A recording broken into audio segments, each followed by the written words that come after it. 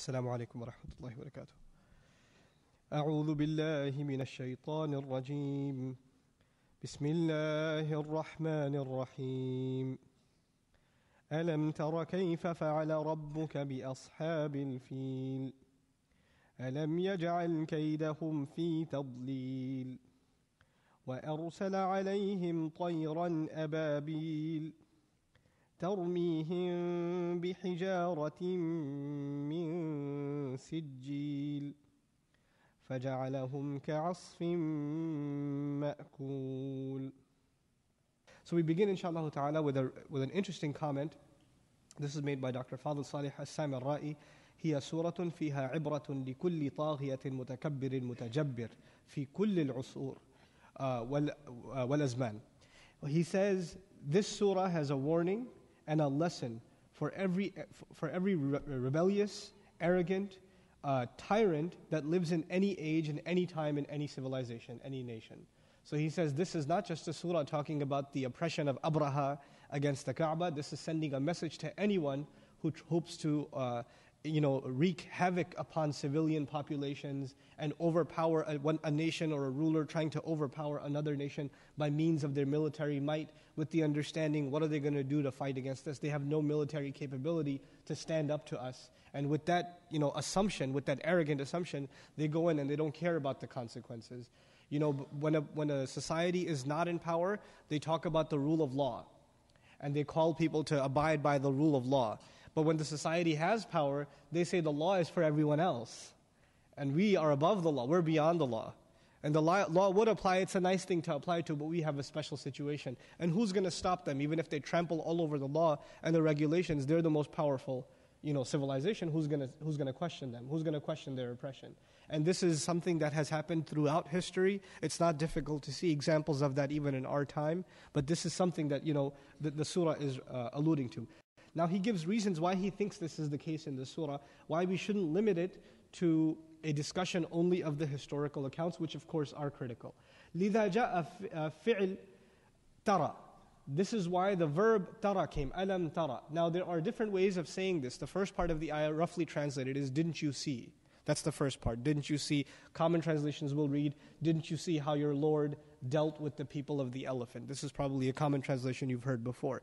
But he's commenting only on the first phrase, alam tara, and specifically the verb to see. That's been used in the present tense. بِصِيغَةِ الْمُضَارِعِ لِلدَّلَالَةِ عَلَى الْإِسْتِمْرَارِ وَالتَّجَدُّدِ. And the specific use of that, now in English translation it comes out as past tense, right? Alam tara, it comes out as didn't you see? And clearly if you understand English, that's past tense. But in Arabic there's a rhetorical function here. And as opposed to saying ama ra'ayta, right? You could use the past tense function also, but that wasn't used. When that's used, the past tense, it alludes to something continuous. In Arabic rhetoric, in balagha, in linguistics. It refers to something that didn't happen once, that happens over and over again. And this surah, from a linguistics point of view, we'll learn something amazing about this surah, how the change of tenses carry amazing lessons in them. So that use just of the mudari', the present future tense in the Arabic, with the word lam, regardless of the presence of the word lam, indicates that this is not just something to observe and think about for that time, but for all time. Now we look at some commentary by Shawkani rahimahullah. وَهُوَ تَعْجِيبٌ لَهُ صَلَّى اللَّهُ عَلَيْهِ وَسَلَّمْ بِمَا فَعَلَهُ اللَّهُ. And this is to give the messenger in a sense of amazement and wonder in regards to what Allah Himself did with the people of the elephant, as though He is saying, قَدْ عَلِمْتَ يَا مُحَمَّدْ, you already know Muhammad sallallahu alaihi wasallam, أَوْ عَلِمَ النَّاسَ الْمَوْجُودُونَ فِي عَصْرِكَ, or the people who are present in your time, they also know very, very well, وَمِن بَعْدِهِمْ, and even the people that came after them, بِمَا بَلَغَهُم مِنَ الْأَخْبَارِ الْمُتَوَاتِرَةِ مِنْ قِصَّةِ أَصْحَابِ الْفِيلِ, because of what came to them from continuous narratives and narrations and people telling the story over and over again of the story of the elephant.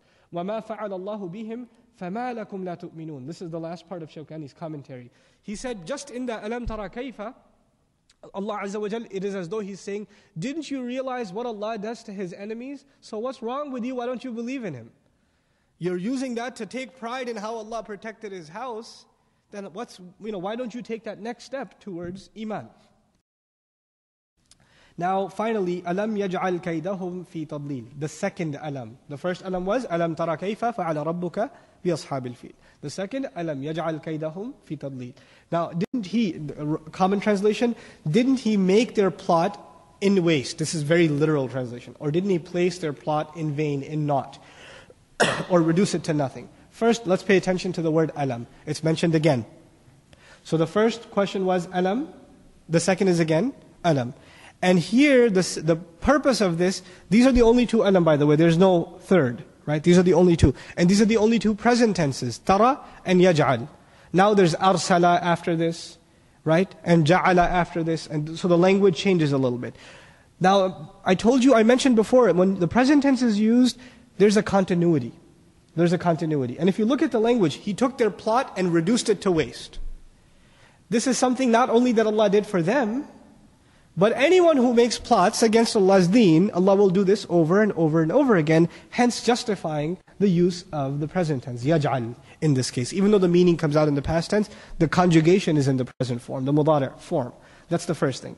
Then the word ja'ala as opposed to fa'ala. But the first ayah said, fa'ala, kayfa, fa'ala. Here, referring to Allah, alam yaj'al, that alam yaf'al. Different verb is being used. What's the benefit here? Ja'ala is to take something that already exists and transform it. What the word itself indicates is Allah let them have their plan, let them finish the entire execution of it, plan it out for months and months, secure the funds, secure the army, secure the training, secure the means for the journey, let them run it the whole way and put it to waste at the very end. He transformed, he morphed the plan at the very end. In other words, he didn't deviate the plan in the beginning. He could have not allowed them to consume an army, or to amass an army, or to come up with the funds, or to be able to make it all the way. They could have never met Abu Riqal. Remember the navigator that got them all the way to Mecca? They could have never met him if Allah had wanted. But He let them think the plan is in order. But He took that plan and made it different at the very end. So that's what ja'ala seems to indicate, is that this is, alam yaj'al, that Allah Azza wa Jal let them played them along, basically played them. And at the end, Allah Azza wa Jal pulled the strings on them. By the way, I don't know if I've given you this parallel before, but it's an interesting parallel. My teacher, Dr. Sami, used to give it to me. He says when someone's rebellious, one of the things Allah does is, He lets them go free. And they feel like they got no problems, they can get away with anything. And it's compared to a dog that is wild. It's barking at you, it's biting at you, so you tie it up, right? And you tie it up with a 1-foot leash, so it can't really move much. But if you really want to punish this dog, you take it in an open field and tie it to a 400-foot leash. Because if you tie it to a 400-foot leash, you know what's going to happen? It's going to think that it's free, and it's running full speed. Right? When it's only a foot-long leash, it can only pull so much. When it's running full speed and it reaches 400 feet, what happens? You see, it gets yanked, it gets choked, and that pain is far worse than the 1-foot leash. The dog thinks he's got freedom, but this is actually worse for him. وَيَمُدُّهُمْ فِي طُغْيَانِهِمْ يَعْمَهُونَ. Allah extends them in their rebellion. Let them remain blind in it. So Allah extended their means all the way to get to the Kaaba. Allah could have destroyed them much before, but He let them execute their plan. Let them play along. Let them dig their hole deeper. This will only make their punishment worse. Not only are they mushrikun, but they're committing crimes against Allah Azza wa Jalla. Okay. وَأَرْسَلَ عَلَيْهِمْ طَيِّرًا أَبَابِيلَ. And He sent against them birds. That's again literal translation right now. He sent against them birds, ababil, herds upon herds upon herds. Now, just a historical comment describing the birds. When Abdul Muttalib turns back, فَالْتَفَتَ, he turned away, وَهُوَ يَدْعُو, and he was making dua to Allah. فَإِذَا هُوَ بِطَيْرٍ, then all of a sudden he sees birds. مِن نَحْوِ الْيَمَنِ, coming from the direction of Yemen, which is interesting because the army also came from Yemen, right? Wallahi, he says.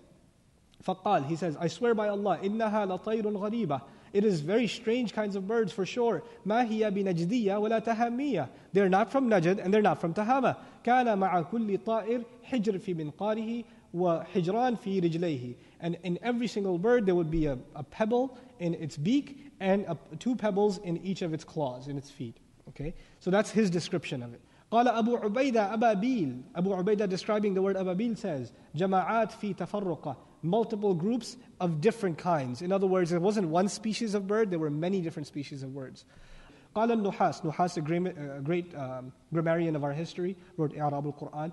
وحقيقته أنها جماعات عظام. And the reality is that these are huge groups, huge, awesome flocks of birds, not one, but many different flocks of birds.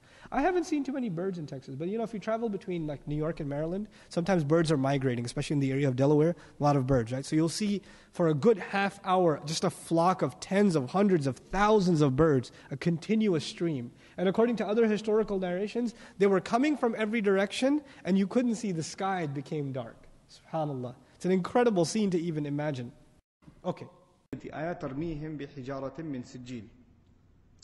first thing to note here is Allah Azza wa Jal sent upon them, which what we learned in the previous ayah, He sent birds upon them.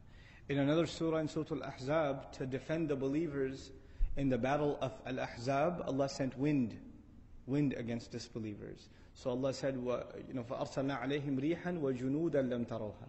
We sent against them winds and armies you couldn't even see. So there are armies of angels, birds in this case, wind. So Allah Azza wa Jal says, وَمَا يَعْلَمُ جُنُودَ رَبِّكَ إِلَّا هُوَ. No one knows the armies of your master except He. No one knows the armies of Allah except He Himself. So Allah Azza wa Jal uses whatever He chooses to become His army. It can be wind, it can be angels, it can be birds in this case. SubhanAllah. There are interesting vocabulary inside this ayah. The first word, tarmihim, is the present form of the word rama. Now, this is a past tense incident. This is something that happened in the past. But tarmi is being used. The present tense is being used. When the mudari' form is used to refer to something in the past tense, the purpose of that is to mention that something happened over and over again. In other words, they didn't just throw it once, they kept throwing. The pebbles, they kept coming down and kept coming down. So if the word ramat was used, ramathum bihijaratin min sijil, it would just mean once, and that's it, they fell. But it seemed like it just keeps on coming like rain, and that is captured in the word tarmihim in the present form. Then the word rama yarmi, the origin of the word, doesn't just mean to throw or to pelt. The first meaning of it is to throw something from a distance. So by using that word, one of the things we're learning is that the birds were at a very tall height where they were dropping it from. And you guys know now, the higher something is and you drop it, the harder it falls. Acceleration due to gravity. So these little pebbles are hitting like bullets by the time they're getting down to the ground. The other thing is, rama includes, or this rami in Arabic includes something that is thrown, not just thrown, but thrown with a specific target that you're aiming for. And by using this word, Allah Azza wa Jalla is teaching us every single pebble, it's like Allah Azza wa Jalla targeted every single criminal that it's supposed to hit and where it's supposed to hit them. So it's these guided missiles that Allah Azza wa Jalla was sending with the word tarmihim, that He sent against them. Then in regards to how these pebbles hit, إِنَّ الْحَجَرَ كَانَ يَدْخُلُ مِنْ رَأْسِ أَحَدِهِمْ وَيَخْرُجُ مِنْ أَسْفَلِهِ. That the pebbles, they would enter into the skulls. And this is important because the skull is the hardest bone. It's the toughest bone to break, right? And the only way you can bash somebody's skull really is like a bullet or something, right? It's something really hard hits it.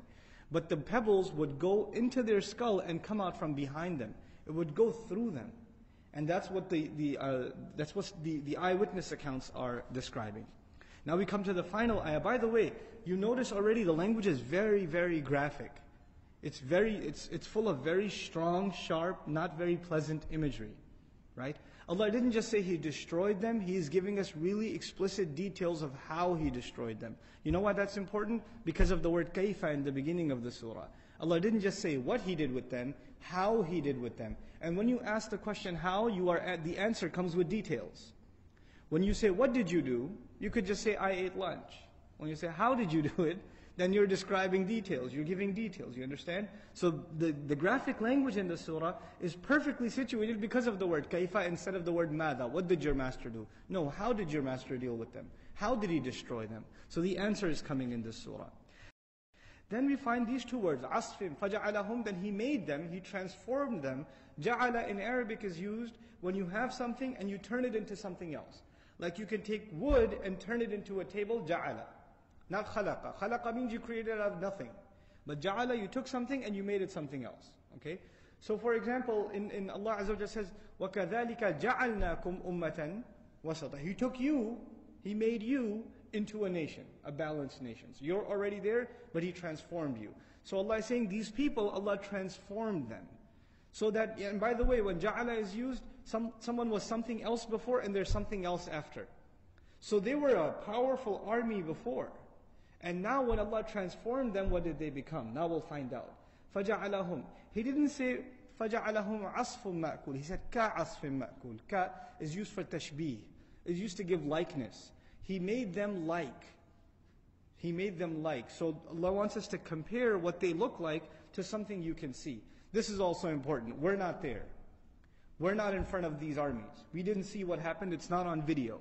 So Allah is presenting us video by means of His words. He's presenting us the imagery by means of His words. You want to know what they look like?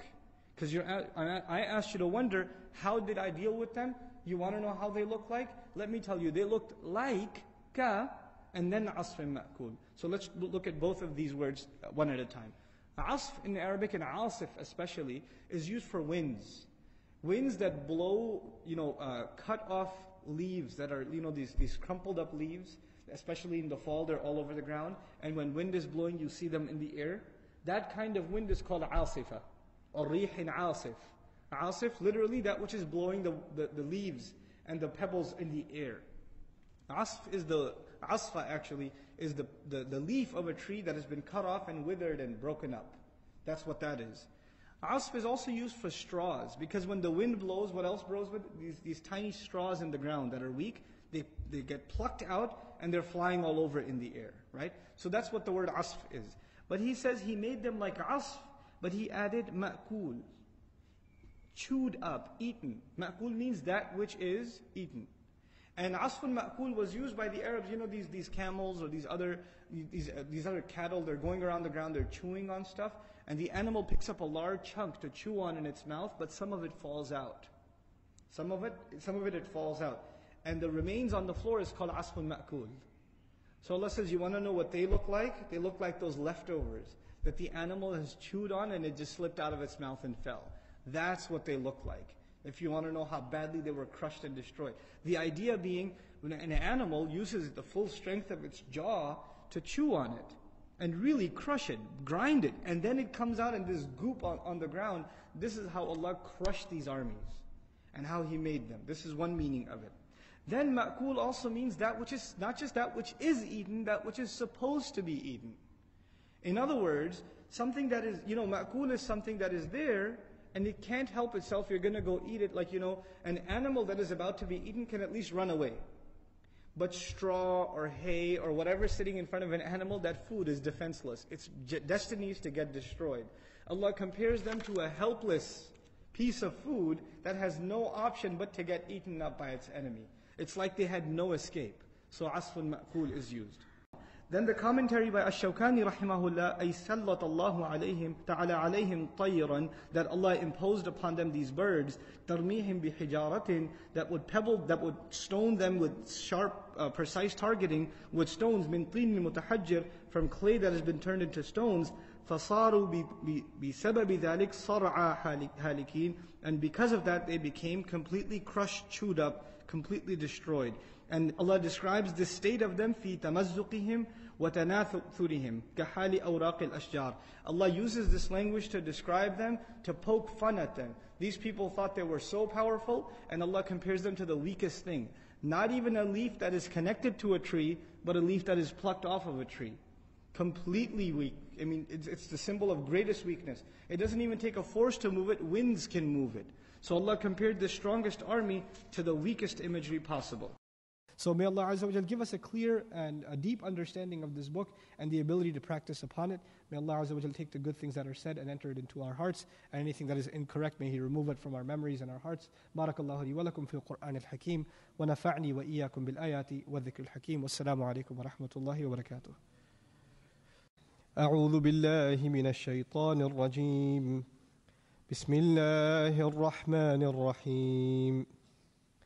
ألم تر كيف فعل ربك بأصحاب الفيل ألم يجعل كيدهم في تضليل وأرسل عليهم طيرا أبابيل ترميهم بحجارة من سجيل فجعلهم كعصف مأكول.